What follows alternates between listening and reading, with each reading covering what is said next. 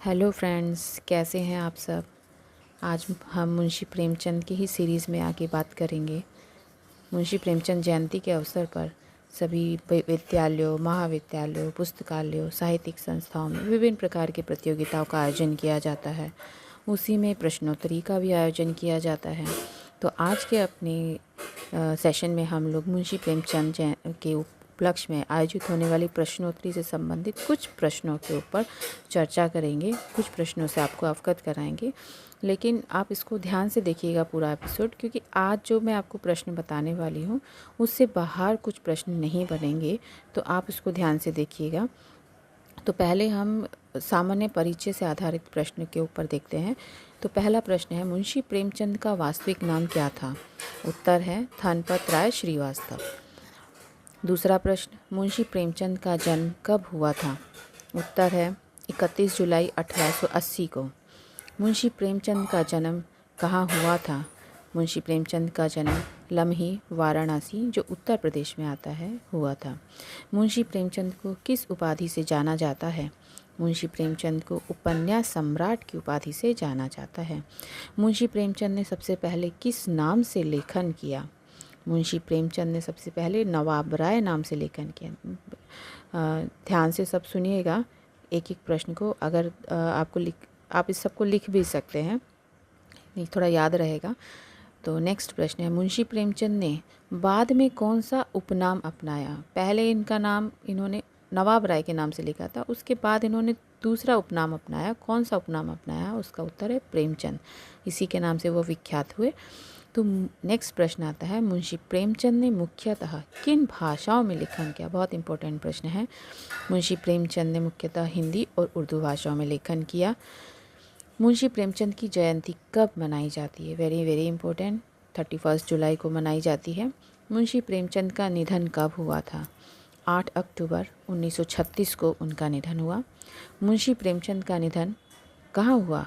उनका निधन वाराणसी में हुआ। तो ये उनका सामान्य परिचय से संबंधित प्रश्न है। उसके बाद नेक्स्ट प्रश्न हम उनके उपन्यास से संबंधित बताते हैं। मुंशी प्रेमचंद का अंतिम पूर्ण उपन्यास कौन सा है। मुंशी प्रेमचंद का अंतिम लेकिन पूर्ण उपन्यास वो है गोदान। गोदान का मुख्य पात्र कौन है। होरी।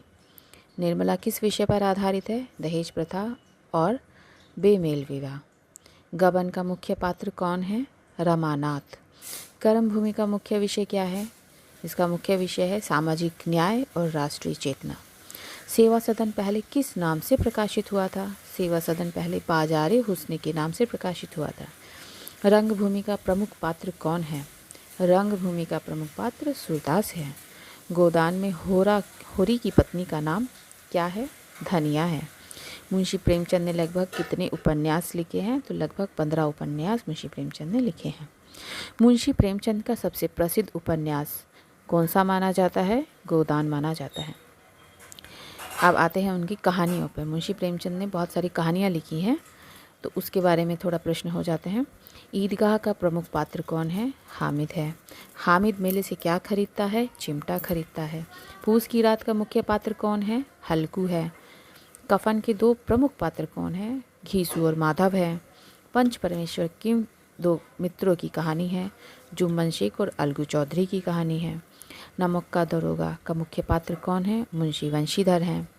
दो बैलों की कथा में बैलों के नाम क्या हैं। हीरा और मोती। मुंशी प्रेमचंद ने लगभग कितनी कहानियाँ लिखी हैं। लगभग 3000 कहानियाँ उन्होंने लिखी हैं। ईदगाह कहानी का मुख्य संदेश क्या है। त्याग, प्रेम और संवेदनशीलता।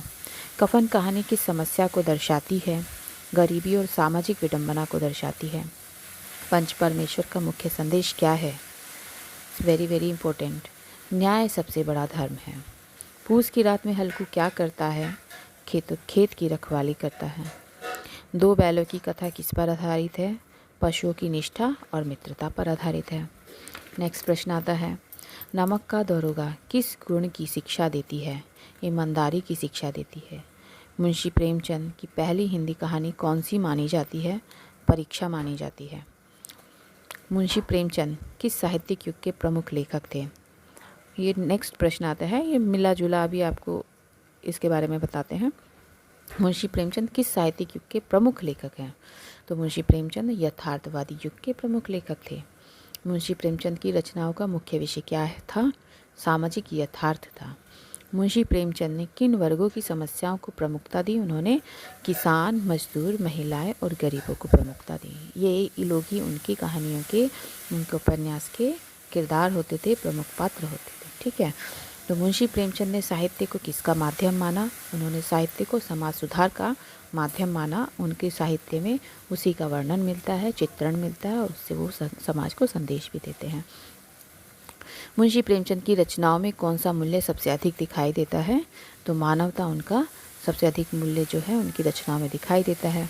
मुंशी प्रेमचंद की कौन सी कहानी विद्यालयों में सबसे अधिक पढ़ाई जाती है? इसका उत्तर सभी जानते हैं, ईदगाह है। मुंशी प्रेमचंद का साहित्य किस शैली के लिए प्रसिद्ध है? सरल, सहज और यथार्थवादी शैली के लिए मुंशी प्रेमचंद का साहित्य प्रसिद्ध है। मुंशी प्रेमचंद ने किस पत्रिका का संपादन किया?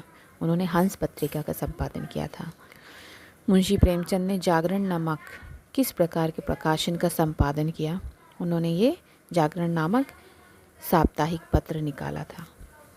मुंशी प्रेमचंद का साहित्य मुख्य रूप से किस वर्ग के जीवन को चित्रित करता है? मुंशी प्रेमचंद का साहित्य मुख्य रूप से आम जनता और ग्रामीण समाज का दर्पण है, उसके जीवन को चित्रित करता है।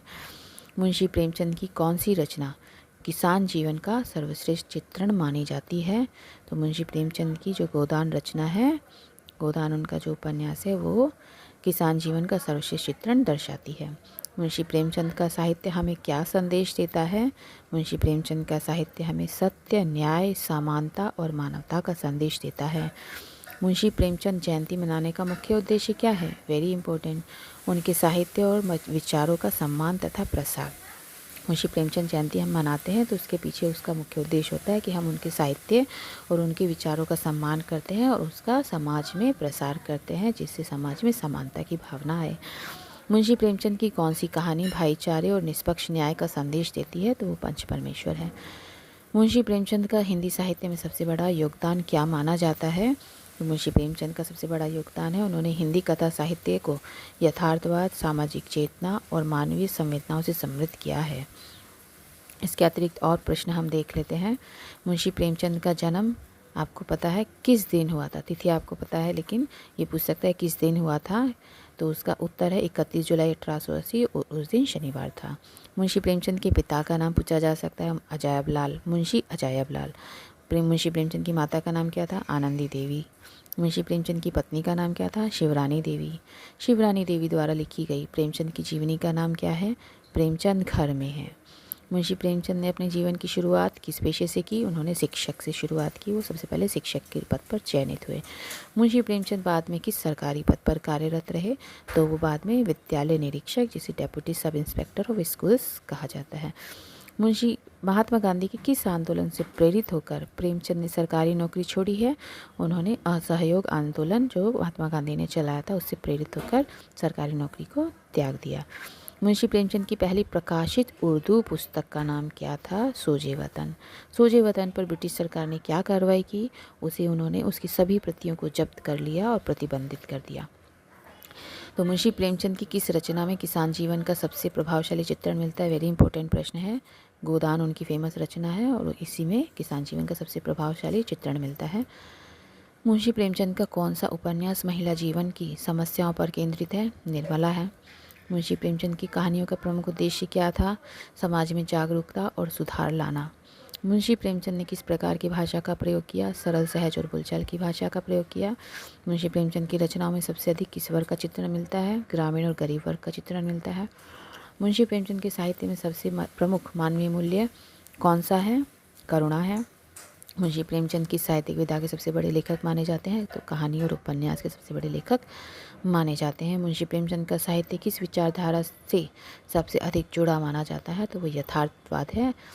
यथार्थवाद को उनका चित्रण मिलता है उनकी रचनाओं में, जो है उसको वैसे ही दर्शाते हैं, उसे यथार्थवाद कहते हैं। मुंशी प्रेमचंद की कहानियों में न्यायप्रियता का सर्वोत्तम उदाहरण कौन सी कहानी है? पंच परमेश्वर है। ईदगाह में हामिद अपनी दादी के लिए चिमटा खरीदता है। दो बैलों की कथा के बैल किन गुणों के प्रतीक है? निष्ठा, मित्रता और स्वाभिमान के प्रतीक है।